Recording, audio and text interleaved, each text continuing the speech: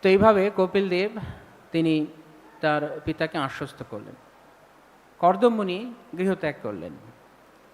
গৃহত্যাগ করে তিনি তিনি কি করছেন সেই প্রসঙ্গে বলা হচ্ছে ব্রতম স আস্থিত, তিনি ব্রতে স্থিত হলেন।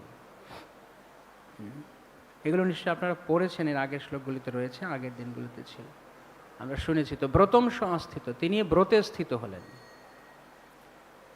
তো অনেকে এই জগতে ব্রত করে, ব্রত মানে কিছু একটা সংকল্প করা। তো ইতিহাসে একজন বিখ্যাত ব্রত পালন করেছে, তার নাম রয়েছে কে? হিরণ্যকশিপু। হিরণ্যকশিপুর যে ব্রত, তা চতুর্দশ ভুবন কাঁপিয়ে দিয়েছিল, এমন ব্রত করেছিল। ব্রতমে মানে ব্রতে স্থিত হয়েছিল। আরও একজন ব্যক্তি ব্রত করেছিল, তার ব্রত পৃথিবীর বায়ু প্রবাহ বন্ধ করে দিয়েছিল। কে? ধ্রুব মহারাজ। আপনারা জানেন, সব বুঝতেই পারা যাচ্ছে। এখন ধ্রুব ব্রতে স্থিত হয়েছে, হিরণ্যকশিপু ব্রতে স্থিত হয়েছে। হিরণ্যকশিপুর ব্রতের পরিণাম কি হলো? হিরণ্যকশিপু ব্রহ্মাকে আহ্বান করলেন, মানে ব্রহ্মা এলেন। হিরণ্যকশিপু ত্রিভুবনের বা সমগ্র পৃথিবীর, তার দৃষ্টিকোণ অনুযায়ী পৃথিবীটাই সব কিছু। তো সে পৃথিবীর আধিপত্য চাইল, ঘুরিয়ে পেঁচিয়ে বর প্রার্থনা করে অমর হতে চাইল। তো অমর না হয়ে তারপরে অন্যান্য বর প্রার্থনা করল। তো হিরণ্যকশিপু ব্রতে স্থিত হয়েছে, ধ্রুব মহারাজও ব্রতে স্থিত হয়েছে। ধ্রুব যখন ব্রতে স্থিত হয়েছে, তার মধ্যে কি বাসনা ছিল? হিরণ্যকশিপু বাসনা করেছিল, হিরণ্যকশিপু ব্রহ্মাকে প্রার্থনা করলো, আপনার সৃষ্ট কোনো জীব যেন আমাকে মারতে না পারে। তার মানে ব্রহ্মার পরে সব ব্রহ্মার সৃষ্ট জীব, তাহলে সব সৃষ্ট জীবের ওপরে কে? ব্রহ্মা আপাত দৃষ্টিতে। এবং হিরণ্যকশিপু যেহেতু ভগবান বিষ্ণুকে মানে না, তাই তার কাছে চরম কর্তৃপক্ষ হচ্ছে ব্রহ্মা। তাই বলছে আপনার সৃষ্ট কোনো জীবের দ্বারা যেন আমার মৃত্যু না হয়। তাহলে ব্যাপারটা কি দাঁড়ালো? হিরণ্যকশিপু আর ব্রহ্মা এক স্তর হয়ে গেল না? হিরণ্যকশিপু বললো আপনার সৃষ্ট কোনো জীবের দ্বারা আমি মরবো না। তার মানে ব্রহ্মা তো তার কোনো সৃষ্ট জীবের দ্বারা মরবেন না, তাহলে হিরণ্যকশিপু কোনো সৃষ্টি যার দ্বারা মরবেন না, মানে ব্রহ্মা আর হিরণ্যকশিপু এক। অনেকটা ব্রহ্মার মতো পদ নিল। যখন হিরণ্যকশিপু বললো যে আমাকে অমর করে দিন, তখন ব্রহ্মা বললেন আমি নিজেই তো অমর নই, তোমাকে আমি কিভাবে অমর করব। তখন হিরণ্যকশিপু ছলে বলে কৌশলে ভাবলো আমি ব্রহ্মার মতো লম্বা আয়ু নিয়ে নেব। কিন্তু ব্রহ্মার আয়ু অনেক লম্বা হতে পারে, অনেক দীর্ঘ হতে পারে, কিন্তু ব্রহ্মা কি মরো না অমর? মরো, তারও মৃত্যু হবে একদিনে। কিন্তু হিরণ্যকশিপু ভেবেছে কমসে কম ব্রহ্মার মতো হয়ে যাই। তো ব্রহ্মার পদ পেতে চেয়েছে একদিক থেকে দেখতে গেলে।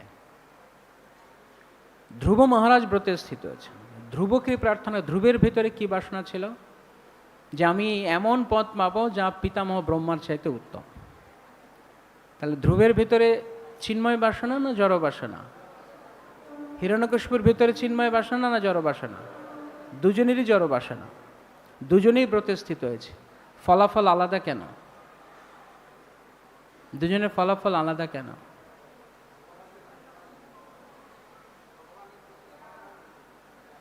ধ্রুব তো ভগবানকে চিনতই না, ভগবানকে শরণাগত কিভাবে হবে?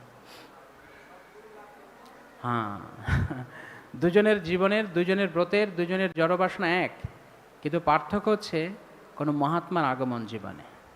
হিরণ্যকশিপুর জীবনে নারদ মুনি আসেননি, হ্যাঁ ব্রহ্মা এসেছেন, ব্রহ্মা শুধু বর দিতে এসছেন, যা চেয়েছে তা দিতে এসছেন। কিন্তু ধ্রুব মহারাজ, ধ্রুব যখন ব্রতে স্থিত হয়েছেন, তখন ধ্রুবের জন্য নারদ মুনিকে পাঠানো, সে নারদ মুনি এসছেন। তা আমরা এখানে দেখতে পারি যে আমরা ব্রতে অনেকে অনেক ধরনের ব্রত করি। এখানে যেমন বলা হচ্ছে, শ্রীল প্রভুপাদ বলছেন